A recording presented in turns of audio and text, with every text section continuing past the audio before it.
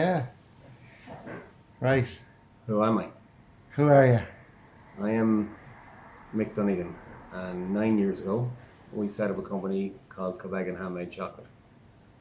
We're a bean to bar chocolate company, and there's two types of chocolate companies. You've bean to bar, which are companies that produce chocolate direct from the cocoa bean all the way through, so they control every step of the process. They buy in the cocoa beans, they roast the cocoa beans, they grind them, put them into a machine like what we have behind us here, a melanger, process the machine into chocolate, and then we have other machines upstairs then that does the magic. We have the temper machines, and then we mould and we produce handmade bar chocolates. Couverture chocolate makers. So they're people who buy bags of pre-made chocolate, as in what's over there in the barrels, melt the chocolate down, process it, and mould the chocolate, and then sell it off as their own. So there's a lot of very good artisan chocolatiers around the world. In Ireland doing that. Bean to bar in Ireland, there's 6 bean to bar chocolate makers in Ireland that I'm aware of at the moment. Everywhere from Dublin, Galway, ourselves and Kilbeggan and Northern Ireland. Yeah. I initially got into this, I was in a job I wasn't happy about, Okay. and I was looking for something different. And across the road from us, we have a huge whiskey brand, Kilbeggan Distillery. And then we have another product in Kilbeggan called Kilbeggan Porridge. 2 great companies that have done all the marketing and the branding. So it was a no-brainer to try and find a product that would marry in with the 2 products. So after about 6 months of research, looking into everything from pizzas to panna cottas, literally one night I was out walking the dog, eating a bar of chocolate, and I had that eureka moment. The eureka moment, yeah. Chocolate. How do you make it, and where does it come from? Yeah. When I give demonstrations in schools or whatever, I ask that question to kids. Where does chocolate come from, and how do you make it? Yeah. The stock answer is it comes from the shop.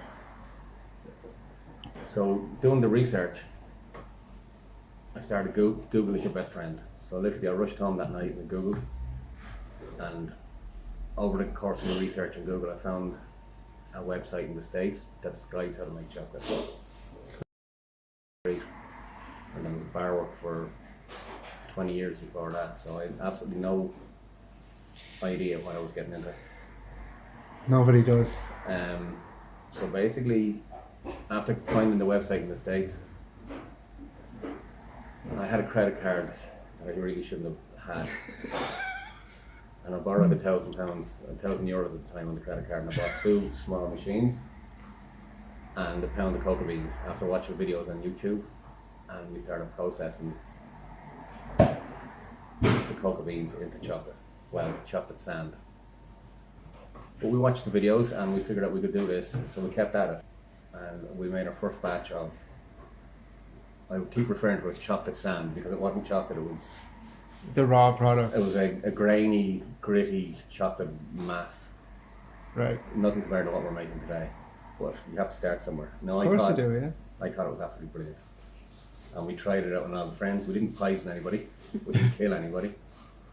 So from there, we developed a logo, the Kilbeggan chocolate logo, and we approached the local enterprise board. We showed them the product and we showed them the brand, and the local enterprise board were brilliant. They pointed me in the right direction with mentors and that, and educational courses.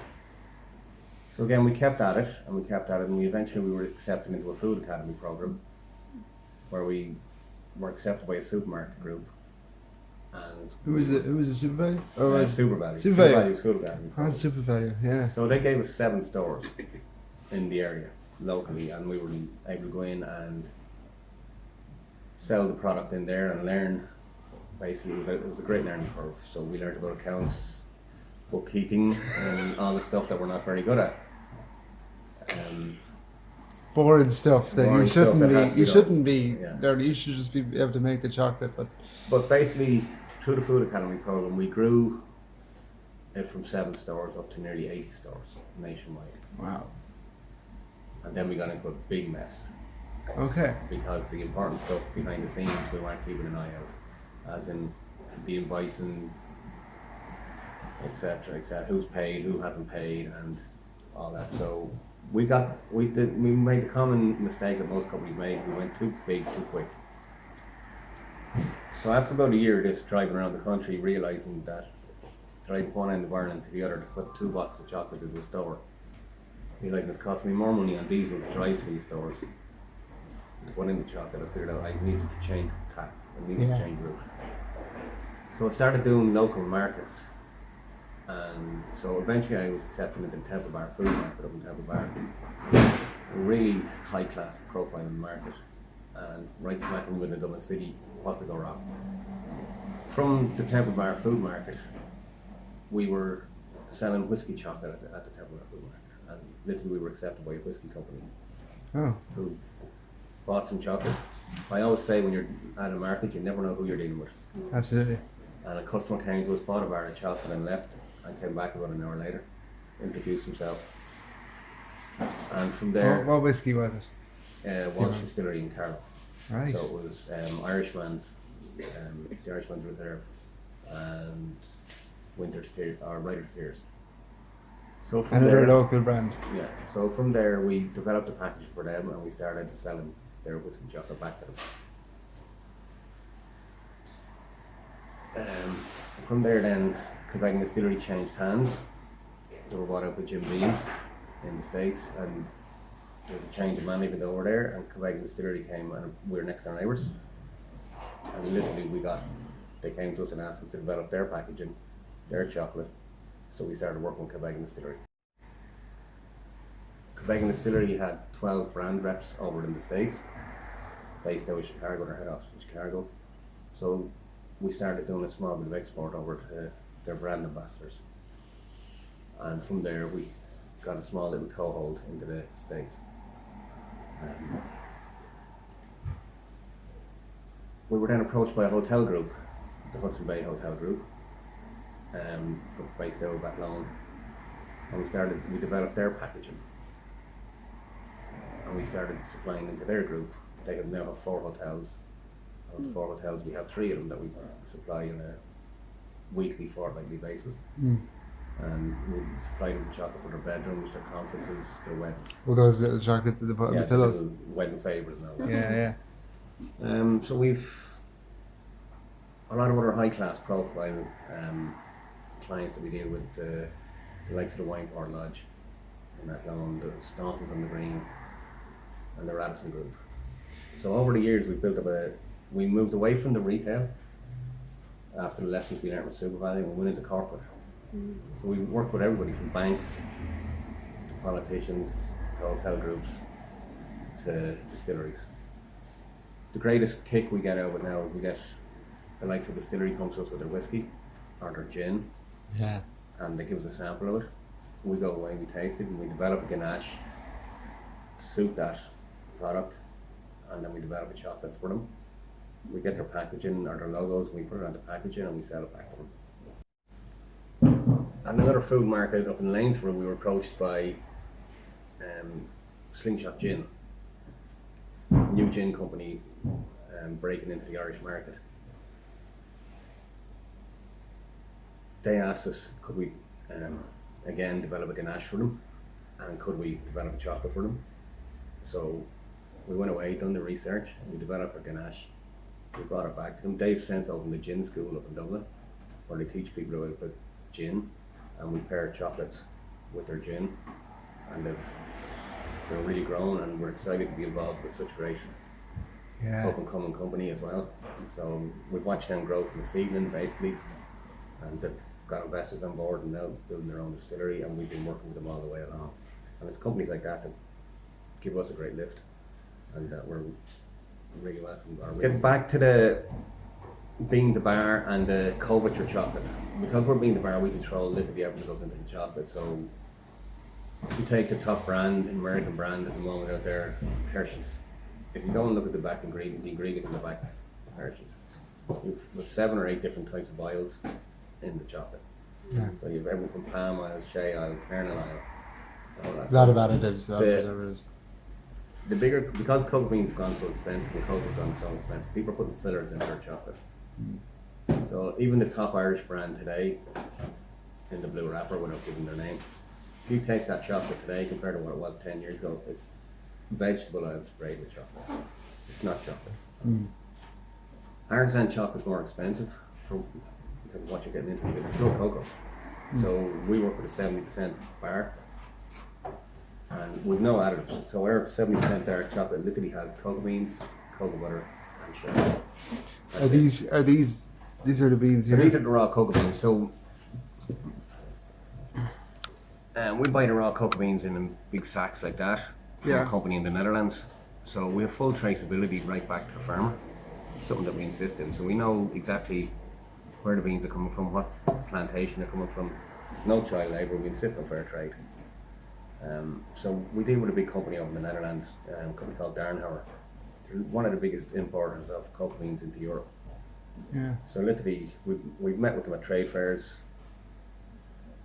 and there we had some Peruvian there recently. But I find Venezuelan cocoa bean is just.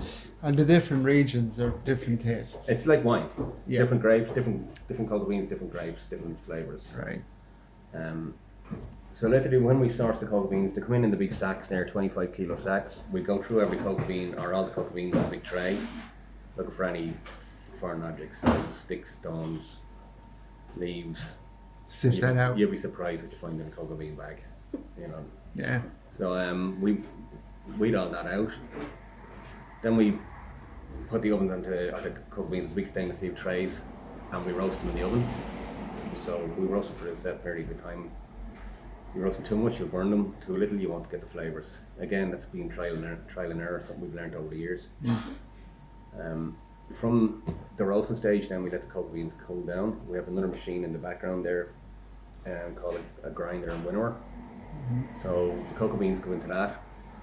That removes the shell, the outer shell off the cocoa bean, and gives us and crushes it down into nibs. So from the stage of nibs, then we move the nibs. Going back to the start, when we were originally doing the cocoa beans in the smaller machine, we literally could only produce 2 kilos a week, and we could never get the texture right because the machine just wasn't powerful enough to get the chocolate to where we needed to get the micron. Basically, part of the science is you have to get the chocolate mixed down to a liquid state that's less than 15 microns. So, and basically what that means is it's not gritty, it's smooth as silk. Yeah. So there's a machine for checking that as well. Wow. A meter for checking that. But basically, we could never get it. And I, at the time, being as inexperienced as it was, I didn't realise. Now I was eating the chocolate, I realised it was gritty, but I just thought that was The flavour. the way it was. Yeah. So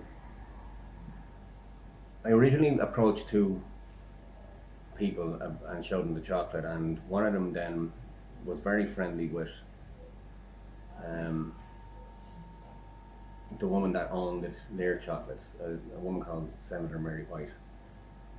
Now, the guy introduced me to Senator Mary White and brought her down to the distillery here one day, and literally we gave her a sample of the chocolate. And her exact words were, "Your chocolate needs work."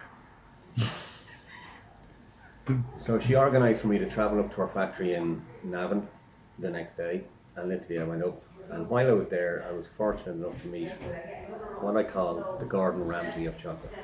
Wow. A Frenchman, a guy called Mathieu Barraqual, who was a chocolate consultant. So basically he travels the world consulting for chocolate companies.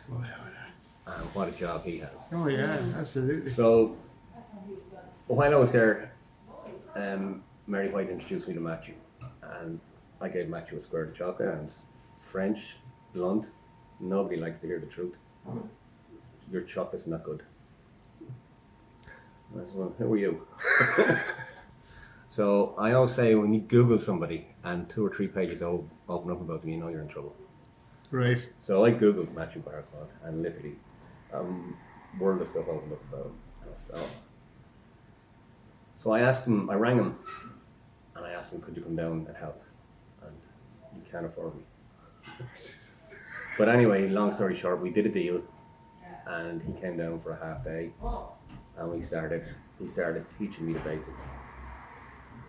And from there, we gradually grew and developed the texture of the chocolate. So I went back to the LEO, the enterprise board, and I got a grant off them, and I bought a chocolate machine. And then I got another grant off them about 12 months later, and I bought the bigger machine, the Melanger. So this Melanger was to be the be-all and end-all. It was to sort out the texture issues I was having. So I started doing the mixes in the Melanger on a bigger scale. So I increased up from 2 kilos to 50 kilos. Still doing small batches. But I still had a texture issue. Right. And I couldn't figure out why. So at this stage, Matthew had left and moved to Mauritius. So I was in trouble. So chocolate's very secretive. I approached a load of chocolate companies around. And I emailed a load of chocolates in the UK and Ireland, and nobody answered. So eventually I put the word out that I was in trouble, and I found a guy who was retired from Cadbury's. And literally, he came down one day, sat down over a cup of coffee, and he asked me to describe the process. So, one thing us Irish people are, we're very impatient. Oh yeah. And we want to do as little work as possible. So I was using the machine like a cement mixer. I was getting the cocoa beans after being roasted and grinded into nibs and firing them into the machine. Yeah. I was getting the sugar then and firing them in the top of it. And then I was getting the cocoa butter and firing that in. And expecting the machine to do the work. Yeah. It doesn't work like that, as I learned. So the gentleman came down from Cadbury's. After 10 minutes, used a little bit of language that we won't go into. It's like, you're an idiot. This is the process. So he described the process. So literally the cocoa beans now go in, or the cocoa nibs go in, and they're run for 24 hours. Then we add the sugar, and we let that run for another 24 hours. And then we add the cocoa butter, and we let it run for 12 hours. So Right. basically, The slow process. so when it's done, it comes out like silk. And it's a pity I don't have a machine on today, because I'd love you to taste it. And one of the best joys I have is I come along with a teaspoon, dip it in, and do a taste test. Yeah. And it's absolutely fantastic. Wow. Now, when I started out, we started out with milk chocolate. Okay. And going to the markets, everybody was on. We were only selling milk chocolate. So where's your dark bar? And at the time, I didn't like dark chocolate. I hated dark chocolate. Right. So literally, I went into Tesco's one day, and I bought up a load of dark bars. Every dark bar I could find. And I forced myself to eat them until I developed the flavour. Right. And tasted them. So I went back to Google again. I got a recipe for a dark bar off the American website. Came back and started working on it. And I developed the dark bar to where I like it. And I always say, if I like it, everybody else likes it. Yeah. So the flavour profile we wanted in the dark bar was, the standard in the market is 70% dark. If some 70% darks can take the head off you, they can be too bitter. So we had to find the right cocoa bean. So we bought samples of cocoa beans off Darnhauer, and eventually we settled on the Venezuelan, and we developed the bar and developed the flavour, and it's the bar we use today. Wow. And we developed the taste profile, and it works really well for us. And again, because we only use 3 ingredients, we don't put any soy, lectin or anything in our dark bar. Yeah. We can. It's a journey that has taken you a lot. And to produce a bar that is the size of a deck of cards. Yeah. Well, again, going back to starting out a company, we had limited resources. Yeah. So we initially started out with a 2.5 kg machine. Yeah. Then we bought a 7 kilo machine over in Italy off a company in Italy. And we bought a couple of molds. And literally we only had about 10 molds. And we're trying to produce sort of 16 bars in a box of chocolates, and that's 4 molds. Right? So you get a company comes along and say, well, we want 10 boxes of chocolates. So all of a sudden you're in trouble. You only got 10 molds. Yeah. Right? So you have to do 160 bars. And the biggest question we always get was, if we give you an order, will you be able to manage the order? And say, oh yes, we can do that in an hour. We can do it in 2 hours. Yeah. And literally you'll be working day and night Yeah. to get that order out. Yeah. But you don't want them to know how small you are. and you need to learn and you need to grow. And That's when you make a mistake and you rush it. well, we overcame. Again, it was a learning process, Mm. and sometimes you bit off more than you can chew. But we always got the orders out. We never let a customer down. Mm. So again, now over the years, any money we're taking in, we're putting back straight into the business. So we're always buying more molds, we're buying more product, better machinery, and all that. So we're still growing, and every day is a school day. Brilliant. What's your most popular flavour?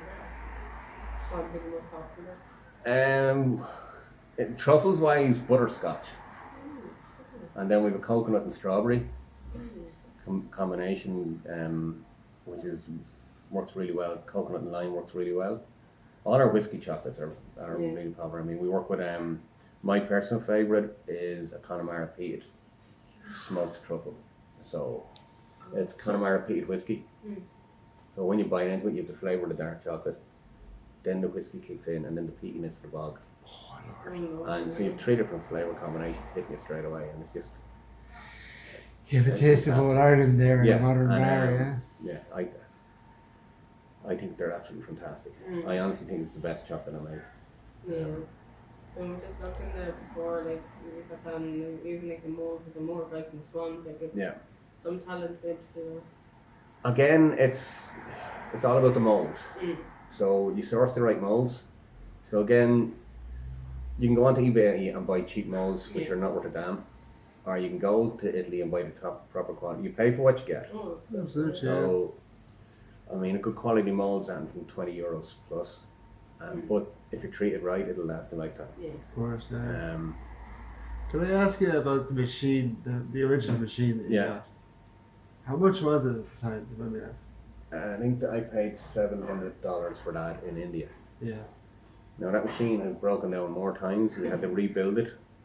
It's literally a motor and a fan belt off a car. And I kept a car parts shop in Tullamore going. Because literally every couple of batches it'd break. Yeah. Hence why it's in pieces there. And it's tilted to the side because it's been through the wars. But it's worked, it's survived. And you know, I know I'm laughing, but the simplicity of it. Yeah. When you look at a machine, you think, God, it's so technical. Well, compared to the Italian machine I have behind me, I mean, that was the 5th prototype that a company called FBM in Milan made. Right. And literally I bought the 5th one. It was a prototype of them at the time. Yeah. And again, I came across them on the internet. Yeah. And I contacted them and said, look at how much. So I went to borrow money off the bank. I got a director's loan or a loan off the enterprise board, and between the two of them I was able to buy the machine. Yeah.